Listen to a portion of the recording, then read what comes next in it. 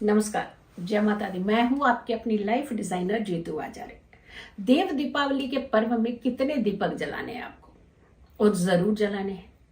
सबसे बड़ी बात है कि दीपक सही आपने काउंटिंग में जलाने हैं, यानी सही मात्रा में जलाने हैं, प्लस सही समय पर जलाने हैं। अब ये बहुत ही उत्तम समय है भगवान की दीपावली में दीपक दान करने का, दीपक प्रज्वलित करने का। लेकिन आपको ये मालूम है ये कार्तिक का महीना चल रहा है और पूर्णिमा के साथ कार्तिक महीने का समापन हो जाता है। तो पूर्णिमा में कार्तिक महीने का जब समापन होता है तो इसी महीने में तो तुलसी विवाह होता है, हरि प्रबोधिनी एकादशी, देवउठनी एकादशी जिसे आप कहते हैं। तो तुलसी विवाह तो हुआ, लेकिन तुलसी विवाह जैसे ही हुआ उसके बाद सब लोगों ने तुलसी के दीपक बंद कर दिए। ज्यादातर लोग दीपक बंद। अभी मेरे भी कुछ ऐसे जानने वाले थे कि आप दीपक प्रज्वलित करते हैं। हाँ जी, हम करते हैं, लेकिन आप इस समय हमने तो बंद कर दिए हैं। हमने कहा क्यों बंद कर दिए? क्योंकि तुलसी विवाह हो गया। तो कार्तिक महीना तो चल रहा है, कार्तिक पूरा करना चाहिए, यानी पूर्णिमा पर जाकर के कार्तिक महीने का समापन होता है। तो वहां तक दीपक प्रज्वलित, इनफैक्ट यहां पर तो और भी ज्यादा इंपॉर्टेंट होते हैं दीपक प्रज्वलित करना। कहते हैं कि देव उठनी से लेकर के पूर्णिमा तिथि तक 5 दीपों का महत्व है। लोग हर दिन 5 दीपक जलाते हैं।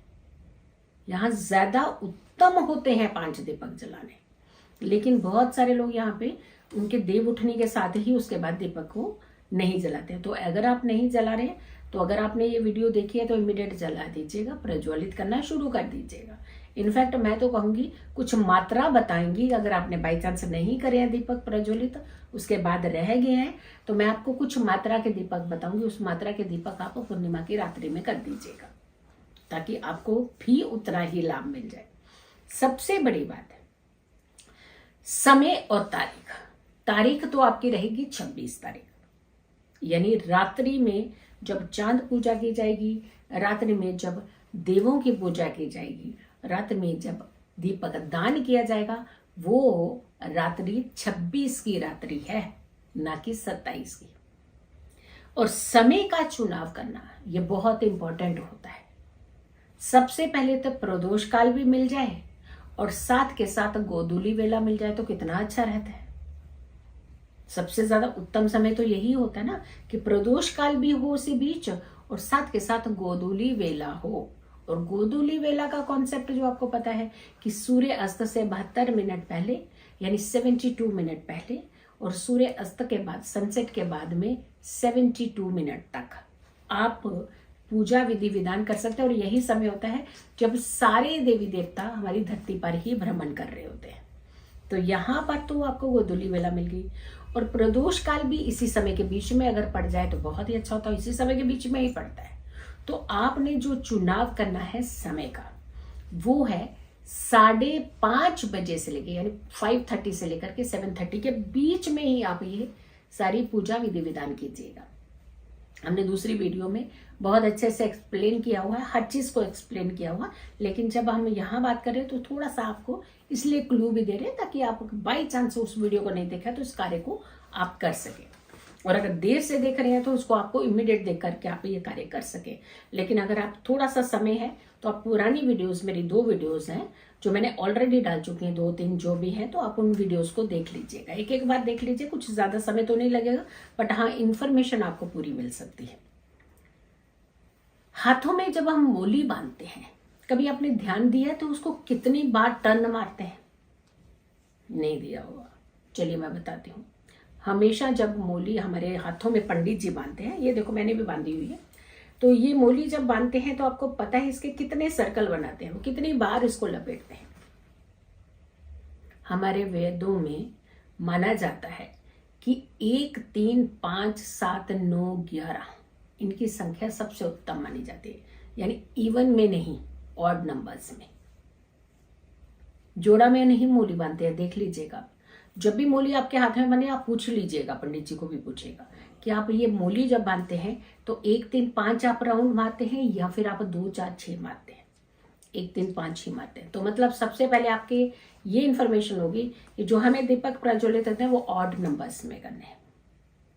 जब शादियों में वो बहुत सारी शादियों में आपने देखा होगा ना कि गाना बांधा जाता है हाथों में, यहाँ पे वो बहुत सारी चीजें उसमें डाली भी जाती है, लगी भी होती है, लेकिन आजकल तो वो बने बनाए आ गया तो एक ही बार ऐसे बांध देते हैं, नॉट कर देते हैं।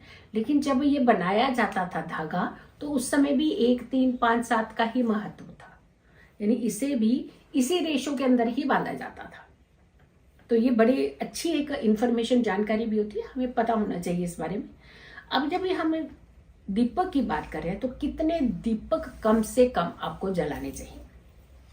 देखिए, अगर आपने बीच में कुछ दीपक मिस हुए आपसे, जैसे मान लीजिए आप देव उठनी एकादशी के बाद में आपने अभी दीपक नहीं जलाया, तो आपको लग रहा है कि अब हमें वो जो डेज छूट गए हैं तो कैसे जलाएं, हम कैसे प्रज्वलित करें। तो कम से कम आपने अगर 5-5 दीपक के हिसाब से छोड़ा है तो पूरे 5 दिन में तो ये बन जाएंगे आपके 25 दीपक। लेकिन हम आपको एक रेशो बता रहे हैं जिससे आपकी सारी जितनी भी ये एनर्जीज होगी दोबारा आपको पूरी तरह अच्छे 21 दीपक जला लीजिए, 21 दीपक जलाएं और पूरे घर को रोशन कर दें। घर के अंदर भी जलाएं, घर के मुख्य दहलीज पर भी जलाएं, घर के पूजा स्थान पर भी जलाएं, जहां ड्रेनेज वाटर जाता है आपकी पूरे घर का, वहां पर भी आप प्रज्वलित करें। तुलसी मैया के आगे आप प्रज्वलित करें, और तुलसी मैया के आगे अगर आप प्रज्वलित कर रहे हैं तो यहाँ पे इस दिन कहते हैं कि आपको 1 3 5 इनमें से कोई भी रेशो में आपने करना है, जहाँ 1 भी दीपक प्रज्वलित कर सकते हैं या 3 भी कर सकते हैं, 5 भी कर सकते हैं, लेकिन 1 सफिशिएंट होता है। आप 1 दीपक प्रज्वलित कर दे, बाकी दीपक आप पूरे घर को रोशन कर दीजिए। ईस्ट डायरेक्शन में कहते हैं 1 दीपक जरूर जलना चाहिए। जो इंपॉर्टेंट है वो चीजें बताए, तुलसी के आगे 1, ईस्ट डायरेक्शन में 1, दहलीज के मिनिमम 2 तो होने ही चाहिए, और पूजा स्थान पर आपने 1 घर का जो मध्याह्न होता है, ब्रह्म स्थान जिसे हम कहते हैं। अब ये सेंटर पॉइंट निकालना तो बहुत दिक्कत है, लेकिन हम आपको एक ऑप्शन बताते हैं कि जो आपके ड्राइंग रूम होते हैं जहां से आप सब एंटर इमीडिएट करते हैं, या बहुत सारे लोग हैं कि उनका ड्राइंग रूम थोड़ा सा अंदर जा करके होते हैं, तो ड्राइंग रूम के मध्य पॉइंट में अगर नीचे खाली स्पेस नहीं है तो जो टेबल रखा है टेबल के ऊपर ही प्रज्वलित कर लीजिएगा आप, यानी सुरक्षा से करिएगा। दीपक प्रज्वलित जब करें तो आपको सुरक्षा जरूर रखनी है।